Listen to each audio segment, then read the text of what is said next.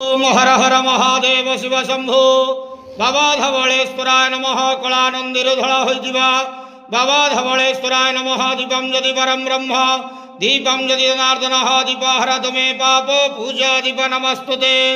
हे बाबा धवलेश्वर महाप्रभु संसार सुखी रखंतु।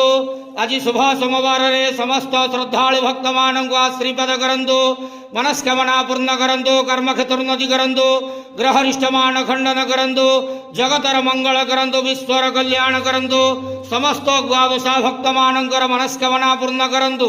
महाप्रभु धवलेश्वराय नमः, बाबा धवलेश्वराय नमो नमः।